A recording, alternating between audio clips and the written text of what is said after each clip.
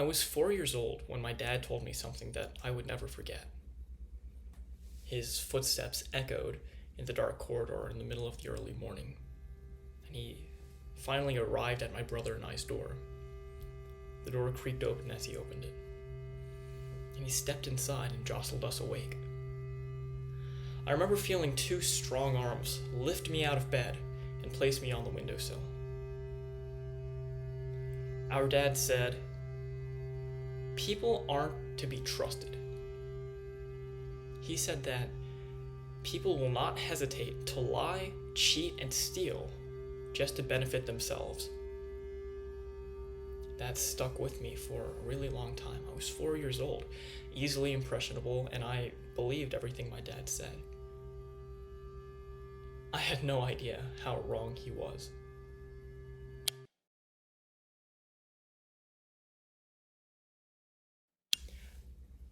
We have this idea in our heads as human beings that we're above nature.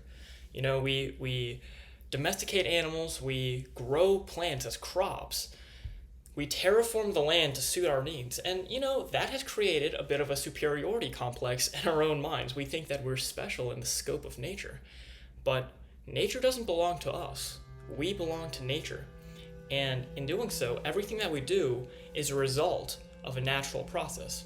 Think about it. Every single thought, emotion, every reaction you have is a result of brain chemistry, hormones, neural impulses. We respond to stimuli, and those responses happening inside our brains, every little impulse, every single electrical interaction in our nervous system is a result of science. There's nothing about human nature that can't be explained by science. And yet, we have these concepts that seem like they're indescribable by science, How do you scientifically define love? Or in the case of this speech, morality? How do you explain that? My argument is that we are ruled by nature, but we created the concept of good. So transitively, we are good by nature. So of course the concept of good doesn't necessarily align between every culture. Every culture has its own definition of what's good and what's bad, but every culture has it. So we have this intrinsic want to be good, and that's what really defines the human nature of what good is. And because we have this definition of what good is, we are good by nature. We are ruled by nature, and we created the idea of good. Therefore, we are good by nature. Now, at first glance, this argument is easy to switch over to the other side. We created the idea of bad as well. So are we bad by nature? I would argue no. This ignores the causational relationship between good and bad. So think of it this way. If you lived inside a cave your entire life with zero exposure to the light, if you saw light, you would not be able to comprehend it at all. That being said, if you lived in the outside world and you experienced light, you would still know what the dark is. You still know that light casts a shadow. We understand both good and bad. We understand both light and dark. Without good, there cannot be any bad. Because if we were bad, if by nature we were these savage, evil beings, we wouldn't understand what good even was. The innate goodness of humans extends beyond adults and into babies as well. According to a study by the University of Washington, infants who are given food, as well as a stranger in need, will prefer to give the stranger in need food rather than eat it themselves. This altruistic behavior has no reasonable benefit to oneself other than forming that connection.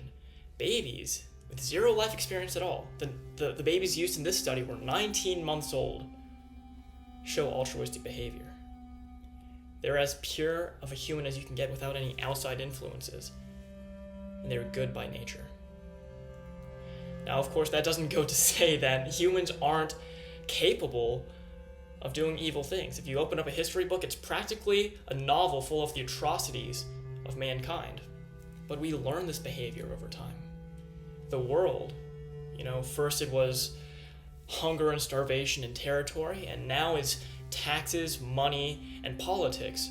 Regardless of what it is, the world is a harsh place, And that teaches us to be selfish. That teaches us to form bad behaviors.